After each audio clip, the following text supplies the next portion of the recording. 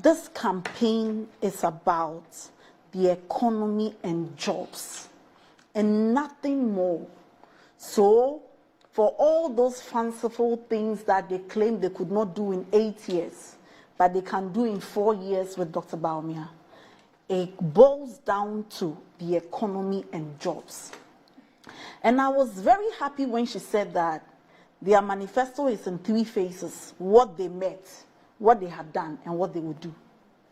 And sometimes I wonder whether the NPP, they have conscience, because you would doubt whether, there is a way you can gaslight people when everything is wrong, and you keep telling people that, oh, Choboy, the origin of Choboy, oh, it will get well. That's different from when people are so removed from the reality. The Ghana we left for the NPP is a Ghana with an exchange rate of 4 cedis to $1. Today, the Ghana we have is an exchange rate of 17 cedis to $1. How do you tell any logical mind that you have done better, for which reason they should vote for you? The Ghana we left you is with an inflation rate of 15%, where Dr. Bawumia said that it was terribly bad and unconscionable, and it represented wickedness that inflation should be at 15%. Today, we have an inflation rate of 22.1%. At the time when it moved from 54%, and here let me pause and say that when the inflation rate is 22% today, it doesn't mean that the 22% is good. It means that we have moved from 54%, and it cannot go up because it's a rate. It's not the prices, it's the rate at which prices go up. So at a point, the bread which was 5 cedis will become 12 cedis. When inflation starts coming to 22, it doesn't mean that the prices of bread has reduced. It means that you've already experienced the 54%, and you are adding on the new rate of the 22%. So that in itself cannot even be an achievement, especially when you took us to 54%.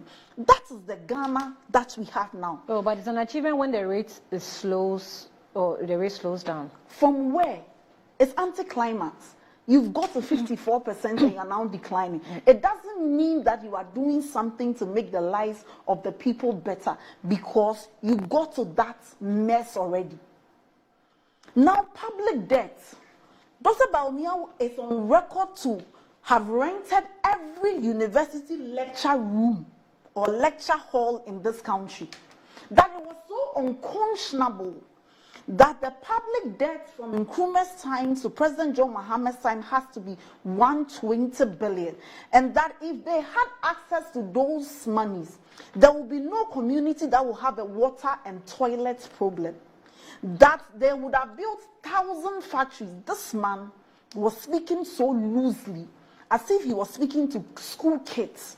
That was the Ghana we left you. Today, public debt is 762 billion and more. The unemployment rate, 8.4%.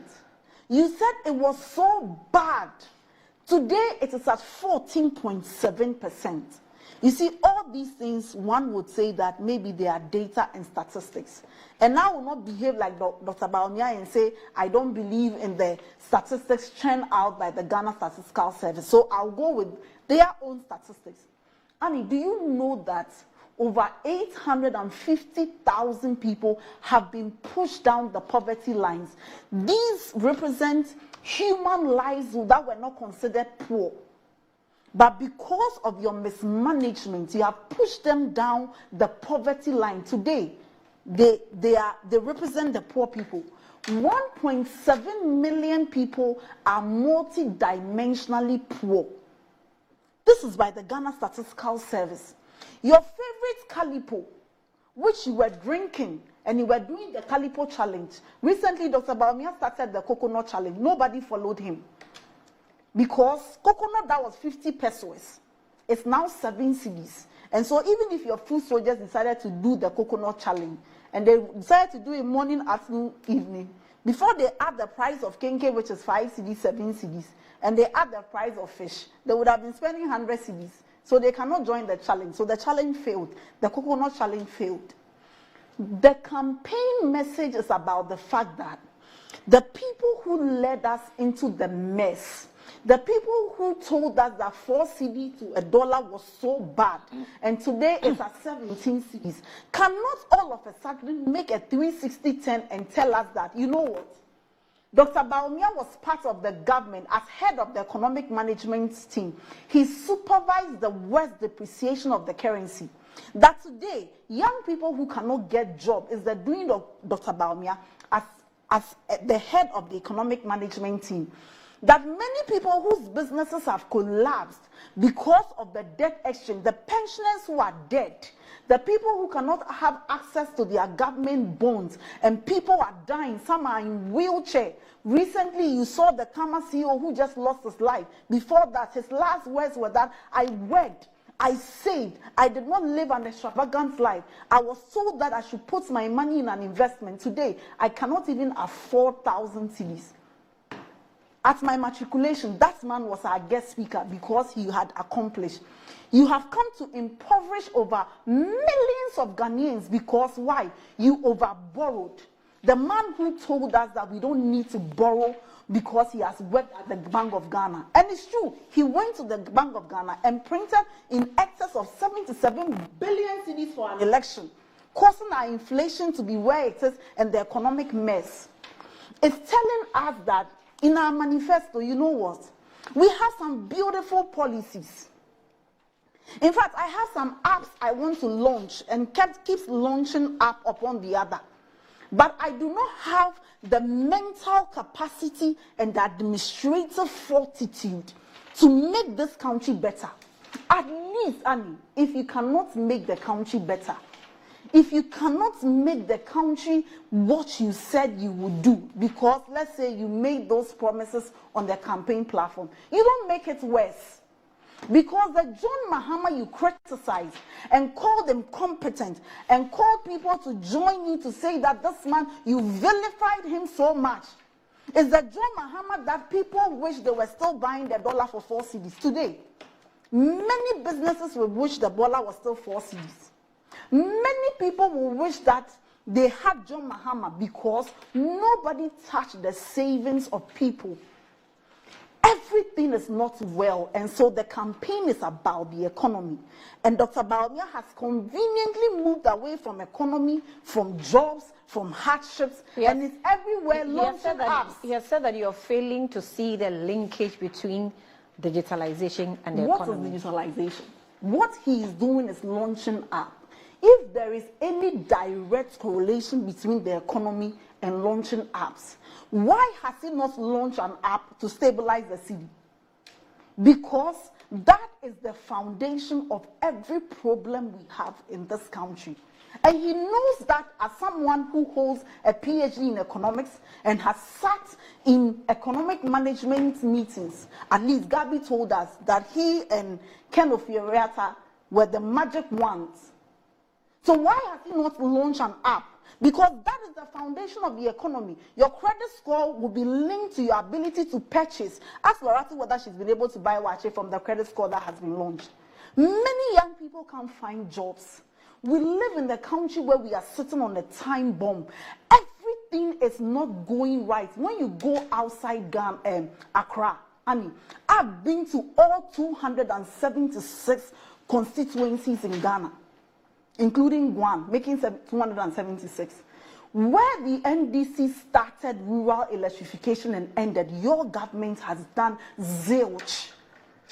Where the NDC was building schools, hospitals, in fact, go to any constituency. Recently, we were in one of the constituencies that in the north.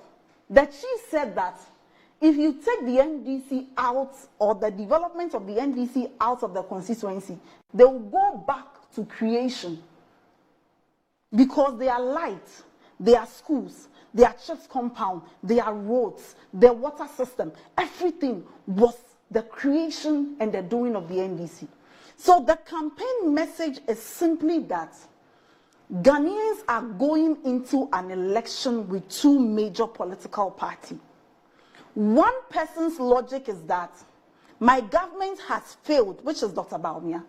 That my government has failed so much that I was not given the opportunity to salvage the government.